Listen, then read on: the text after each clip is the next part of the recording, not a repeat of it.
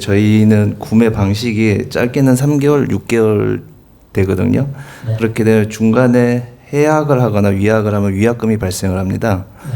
근데 이를 항상 고민해봤지만 이 위약금을 받는 것이 브랜드 유지로 관리 차원에서 좋은지 나쁜지가 지금 항상 고민입니다. 그래서 네. 특히나 저희는 뭐 이직이라든지 또 이사로 인해서 어쩔 수 없이 위약하게 되는 경우가 있거든요. 네. 스포츠 센터를 하시는 분인데 고객들이 이런저런 이유로 계약을 해지하게 되면 위약금을 받는데 이것이 고객 경험에서 좋은 건가 나쁜 건가 이런 얘기를 질문해 주셨어요. 제가 지난 독심술 수업에서 했던 내용 중에 아주 중요한 내용이 기대만족 이론이라는 게 있습니다. 기대만족 이론. 사람이 어떤 순간이 되면 만족하고 어떤 순간이 되면 불만족한가 이 얘기입니다. 이 기대와 만족에 따른 성과 차이에 의해서 난다는 건데요. 기본적으로 고객이 어떤 기대를 가졌느냐에 의해서 이루어진다라는 거예요. 그러니까 고객이 예를 들어서 100만큼의 기대를 했는데 성과가 100만큼 났어요. 그럼 원하는 것만큼 성과가 났죠. 그러면은 기대와 성과의 차이는 빵이죠. 그럼 사람은 어떻게 되는 거죠? 괜찮다. 기대한 만큼 결과가 나왔다. 이렇게 되는 겁니다. 근데 기대는 99만큼 했는데 성과는 100이 나왔어요. 그럼 1만큼 성과가 더 높은 거죠. 그럼 1만큼 성과가 더 높으면 행복하다라고 느끼는 겁니다. 만족해. 이런 게 되는 거예요. 그럼 반대로 기대는 99만큼 했는데 성과는 98이 났어. 그럼 1만큼 떨어지는 거죠. 1만큼 떨어졌지만 사람들은 내가 기대한 것보다 1만큼 떨어진 거죠. 그러면 크기에 상관없이 불만족한 상태로 간다라는 거예요. 그러니까 두 가지, 소비자들에게 어떤 기대를 심어줄 거냐. 두 번째, 소비자들이 기대하는 내용에 얼마만큼의 성과를 낼 거냐. 이 둘의 상관관계에 의해서 서비스의 품질이 결정되어진다는 거예요. 이런 거를 서비스 퀄리티, 줄여서 서브 퀄 이펙트라고 그래요. 서비스 퀄리티에 대한 소비자들의 평가.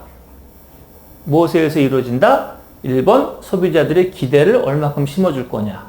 2번, 그 기대에 따른 성과를 얼마큼 뽑을 거냐. 이 두 가지예요. 근데 이 두 가지 차원에서 실제 성과를 내는 거는 어려운가 쉬운가? 실제 성과를 만들어내는 거는 생각보다 쉽지 않다라는 거예요. 예를 들어서 서비스의 품질을 100만큼 냈는데 110만큼 올리는 거는 생각보다 어렵습니다. 지금 헤어샵? 원장님이 계신데 지금 그 헤어샵에 있는 미용사가 100만큼의 퀄리티로 머리를 만들어냅니다. 근데 110만큼 만들어라 라고 직원들한테 요청하면은 말은 10이지만 10만큼의 퀄리티를 높이는 게 생각보다 어려워요. 그래서 성과를 높이는 거는 매우 어렵다. 네? 그런데 기대 10을 높이는 거는 순식간에 벌어지는 거예요. 말 한마디만 하면 기대는 10%가 훅 올라갑니다.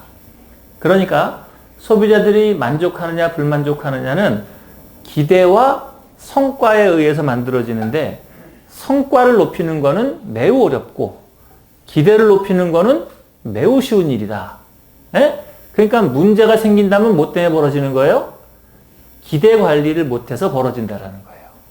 그러니까 다시 처음의 질문으로 돌아오겠습니다. 고객들이 정해진 시간을 채우지 못하고 그만둔다. 그럼 위약금을 받는다. 이것은 옳은 일인가 그런 일인가? 그 자체로 옳은가 그른가가 이루어지는 게 아니라 사전에 고객들에게 어떤 기대를 만들었느냐에 의해서 만족과 불만족이 결정된다는 거예요. 만약에 고객들이 나는 위약금을 안 낼 거야 라고 기대하고 있었는데 위약금을 내게 하면 소비자들은 당연히 불만족 상태에 가겠죠. 그죠? 근데 소비자들로 하여금 위약금을 낼 수 있을 거야 라고 기대하게 만들어 놨는데 위약금을 내. 그러면 되는 거죠?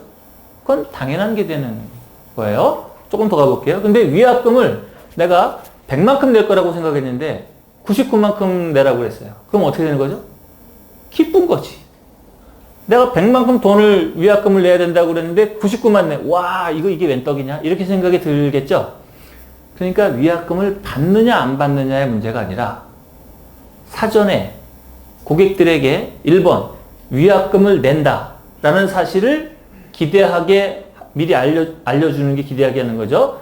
위약금을 낸다라는 사실을 미리 알려줘야 하고, 두 번째 위약금의 비율이 얼마이다 라는 거를 알려줘야지 돼요. 그러고 나서 실제로 위약금을 낼 때 그거보다 덜 받아보세요. 5%만 덜 받아보세요. 예를 들어서 위약금이 100만 원입니다. 근데 원래는 100만 원 위약금이신데 저희가 특별히 10% 할인해서 90만 원만 위약금 받겠습니다. 그럼 그 사람 어떻게 되는 거죠? 기뻐지는 거지. 위약금도 내고 고객도 기쁜 상태로 만들어주는 거죠.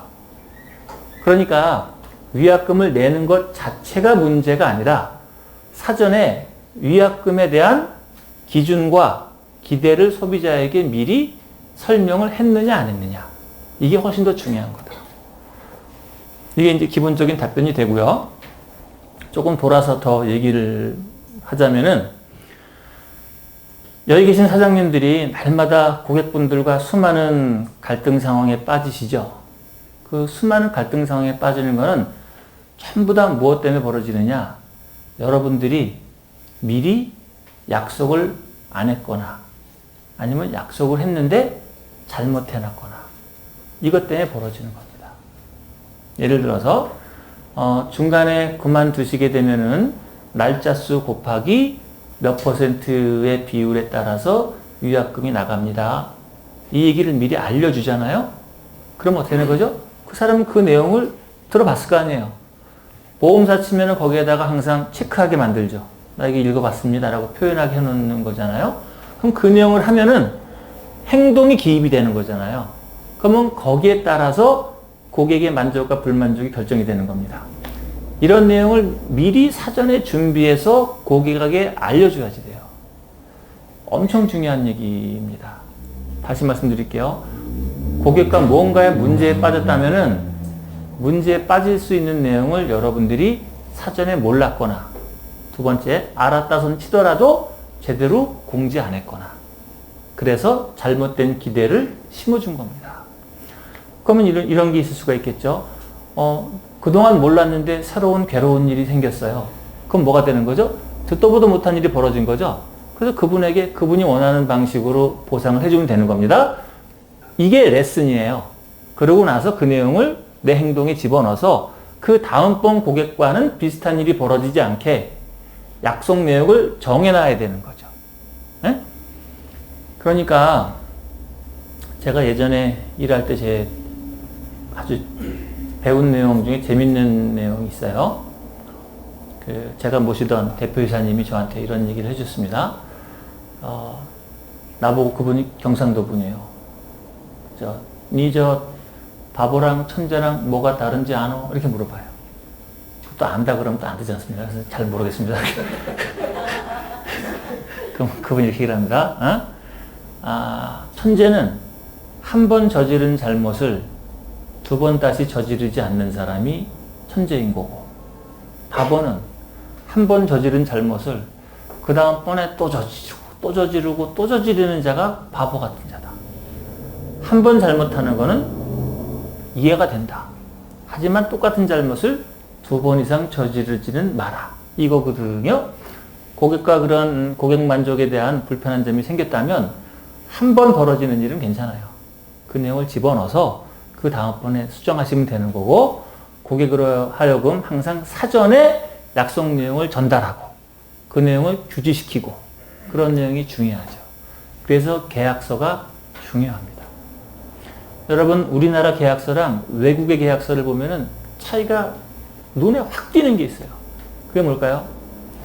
우리나라 계약서는 전부 짧아요. 서양 사람이랑 계약하잖아요? 책이에요. 벌어지는 수많은 내용들을 다 집어넣었습니다.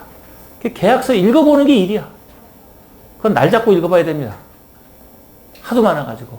그런 일이 왜 계약서가 그렇게 두꺼워졌겠어요? 서양 사람들은 논리적으로 따지는 걸 좋아하잖아요. 그래서 문제가 벌어지는 수많은 사건들을 다 정리해 놓는 겁니다. 최대한 많이. 그래 놓고 사전에 합의하는 거예요. 사인을 한다라는 것은 뭐가 되는 거죠? 그 약속한 것에 대한 책임을 내가 지겠다라는 거잖아요. 그러니까 고객과 다음번에 하실 때는 사전에 충분한 계약 항목을 잘 정리해 놓으시고 말씀드리고 집에 가서 꼭 읽어보라고 하세요. 그리고 나중에 문제가 생기면 그 내용에 맞춰서 하시는데 그 내용이 계약서에 있는 내용보다 조금 고객한테 긍정적인 서비스를 해드리면 기분이 좋아지는 일이 벌어지는 겁니다.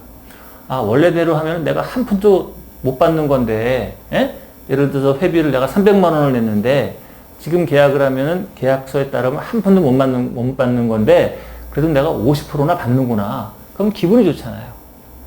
무엇에 의해서 이루어진다? 사전에 만들어 놓은 약속에 대한 소비자들의 기대에 의해서 만들어진다는 겁니다. 이 내용은 계약 관계에서만 이루어지는 게 아니라 집에서 가족들 간의 관계에서도 똑같이 벌어집니다. 저는 남자니까 우리 집사람과의 관계에서도 똑같고 애들과의 관계에서도 똑같아요. 어떤 기대를 사전에 약속했느냐, 그것을 지켰느냐.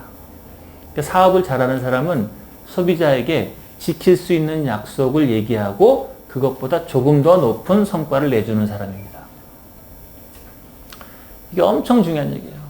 소비자들에게 지킬 수 있는 약속을 얘기하고 그 약속보다 조금 더 높은 성과를 내주는 거예요. 엄청 중요한 얘기입니다. 이 얘기하면 또 길어지니까 여긴 그만할게요. 여하튼간 지킬 수 있는 약속 그리고 그것보다 조금 더 높은 성과. 이게 핵심이죠. 제가 수업을 준비할 때 항상 신경 쓰는 겁니다. 얘기한 것과 그것보다 조금 더 높은 성과. 이게 이루어지면 소비자들은 너무 재밌어요. 너무 좋아요. 만족합니다. 이런 얘기가 나오는 거죠. 정말 작은 차이에서 이런 결과가 나옵니다. 네. 어떻게 답변이 좀 되셨나요? 감사합니다. 박수 마무리하겠습니다. 네. 또 다음번 질문 있으시면 해주시죠.